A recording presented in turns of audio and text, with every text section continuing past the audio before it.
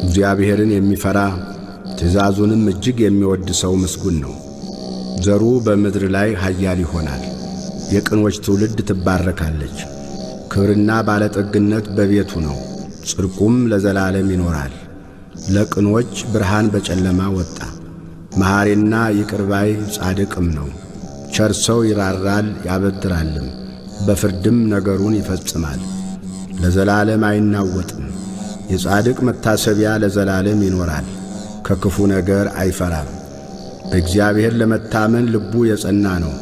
በጠላቶቹ ላይ እስኪያይ ድረስ ልቡ ጽኑ ነው፣ አይፈራም። በተነ ለችግረኞችም ሰጠ። ጽድቁ ለዘላለም ይኖራል። ቀንዱ በክብር ከፍ ከፍ ይላል። ኀጢአተኛም አይቶ ይቈጣል፣ ጥርሱንም ያፋጫል ይቀልጣልም። የኀጢአተኞችም ምኞት ትጠፋለች።